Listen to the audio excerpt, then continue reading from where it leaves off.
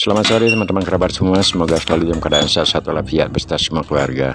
Berjumpa kembali dengan video sekali ini menindaklanjuti video yang terposting di YouTube kemarin di channel YouTube saya dengan judul tutorial teknik tipe samsak untuk menghindari hal-hal yang tidak kita inginkan, cedera terutama keselio dan juga getaran yang didatangkan dari benturan samsak terutama pada pergelangan tangan. Nah, setelah kita proses dengan teori-teori yang coba saya berbagi pengalaman pada video 1, 2, 3 dan seterusnya di channel ini, sekarang kita mulai dengan gerakan pukulan yang mungkin bahasanya energik, atau kapan kita harus menambahkan tenaga full, kapan kita harus menambahkan tenaga sedikit, dan selanjutnya melakukan gerakan full dengan power. Kalaupun itu sekali kita harus jeda, namun setiap langkah yang dilakukan pada saat kedatangan samsak mesti ada perhitungan. Secara feeling kita harus mempertimbangkan kedatangan samsak di saat dia menggayung, apakah menjauh dari kita dan juga mendekati.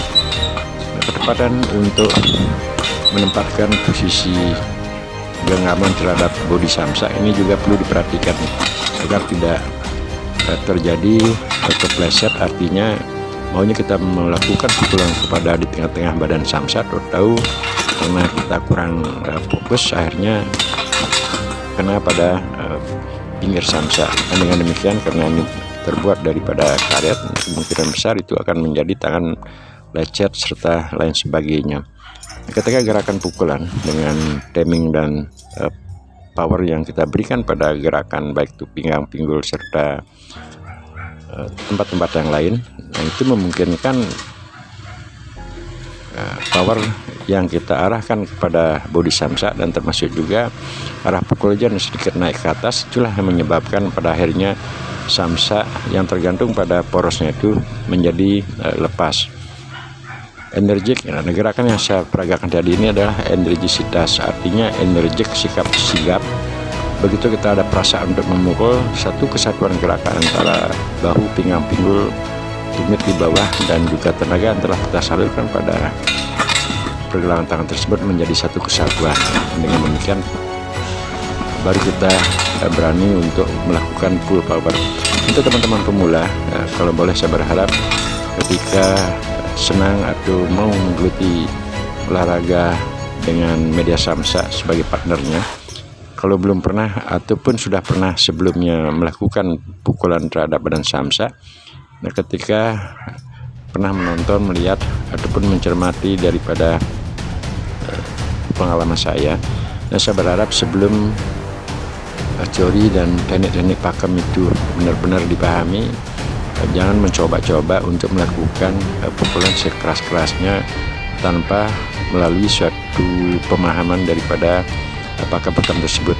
Karena saya akan ulang lagi, sebab daripada pergelangan tangan itu akan menerima benturan pertama dari kedatangan samsak yang berayun. Nah, ini bicaranya kita adalah samsak yang berayun. Ketika hal tersebut kita tidak siapkan teori atau pakemnya sesuai dengan video-video yang telah saya coba berbagi pengalaman pada channel YouTube ini, itu akan menjadi risiko yang cukup mengandung risiko kemungkinan tangan kelepeset. Kedua juga yang paling ini yang tidak kita harapkan adalah benturan daripada kedatangan samsak dengan pergelangan tangan. Jadi pergelangan tangan itu bisa keselio atau paling tidak juga otot kita akan menjadi benturan pertama kali. Apalagi ini di teknik atau pelatihan saya menggunakan media samsak tanpa melalui sarung tangan. Kebanyakan saya lihat di Google ataupun di tempat-tempat lain saat berlatih menggunakan media samsak kebanyakan menggunakan sarung tangan. Kalau saya sendiri dari awal tidak terbiasa menggunakan sarung ini, memang istilahnya tangan telanjang, namun yang kita pastikan adalah untuk mengenai ke daerah badan samsak, rombolan atau tonjolan tangan dua kanan dan kiri. Silakanlah jeda sebentar setelah gerakan-gerakan itu kita lakukan. Nah, pada sore hari ini saya berbagi pengalaman dengan melakukan olahraga hanya 8 menit. Ya, 8 menit saya ukur, sambil juga tadi kita lihat setelah kena pukulan samsak tersebut jatuh, kita ambil lagi dan terpotong waktunya, sehingga total olahraga yang saya coba rangkum dari awal sampai akhir desain video ini kurang lebih 8 menit. Ya, di usia saya lanjut, di usia 59 tahun bagi saya sudah cukup untuk bergerak di sore-sore hari hanya untuk memanaskan suhu tubuh, termasuk juga menggerakkan, mengelastisitaskan otot-otot yang ada, baik daripada otot pinggang, pinggul, paha, lengan, tumit, dada, serta organ-organ yang lainnya. Nah, dengan demikian kita berharap semoga dengan elastisitasnya otot-otot tersebut berkonstruksi dengan satu otot dengan otot yang lainnya, itu akan menjadi peredaran darah kita semakin lancar. Nah, itu harapannya dengan darah beredar semakin lancar, suhu tubuh kita tetap menjadi stabil, apalagi di suasana pandemi yang sangat berkepanjangan.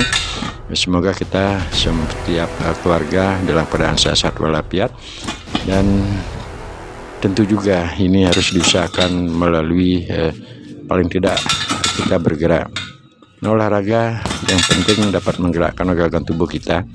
Berapa kali saya sering sharing di channel YouTube ini, tidak mesti juga teman-teman yang lainnya yang menonton atau melihat video, mencermati video saya, tidak mesti juga harus sama menggemari olahraga apa yang saya senangi. Mungkin teman-teman bisa melakukan gerakan senam ataupun gerak-gerakan kecil, yang penting sekali lagi dapat berolahraga, menggerakkan tubuhnya. Sekian teman-teman, sampai berjumpa, salam rahayu, semoga sehat-sehat sekeluarga. Terima kasih.